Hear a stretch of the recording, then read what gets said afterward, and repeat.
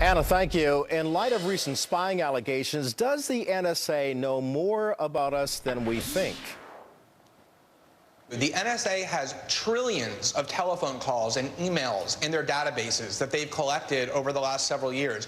And what these programs are very simple screens, like the ones that supermarket clerks or shipping and receiving clerks use, where all an analyst has to do is enter an email address or an IP address, and it does two things. It searches that database and lets them listen to the calls or read the emails.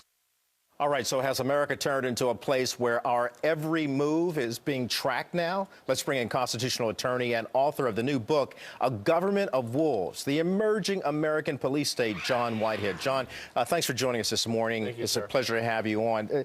This is really a provocative book. It's a book that when you read it or you read excerpts from it, you begin to think, this could only happen in the movies. But you're actually stating that this is a real-life police state experience that we're going through in America. Why? Yeah, I call it an emerging police state, but I've actually had people in the military and the Secret Service say, John, your subtitle's wrong. We are in a police state.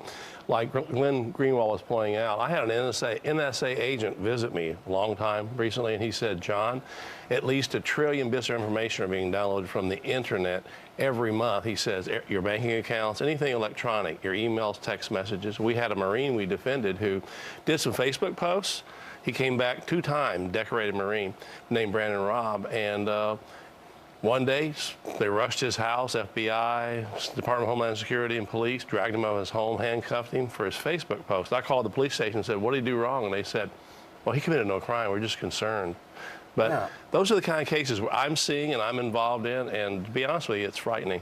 And you're also uncovering certain aspects of what's going on, like if you look over history, how people investigated and eavesdropped on Martin Luther King Jr. and other people to discredit them. What are the other things that you try to bring to bear in this for the American people to know about this police state status that is being developed? Well, I commend you for having me on to talk about the police, the militarized police. And I'm not against all police. I have good friends that are cops, but the police have been dramatically militarized. In the 1980s, when I started writing about this subject, the Pentagon started handing out military equipment across the country, 17,000 police units. And today, when you see a SWAT team raid, watch YouTube.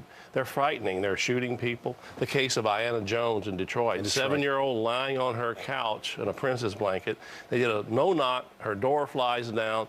They shoot her on the couch. She's dead. Her father runs out. They push him face down in her blood. Wow. The guy they're looking for wasn't in that apartment. They made a mistake. He was 2 floors up. Oh, my goodness. But she died because of that. And they've been sued, and they got a good case. I hope they win for a lot of dough. John Whitehead, the book is called A Government of Wolves, The Emerging American Police State.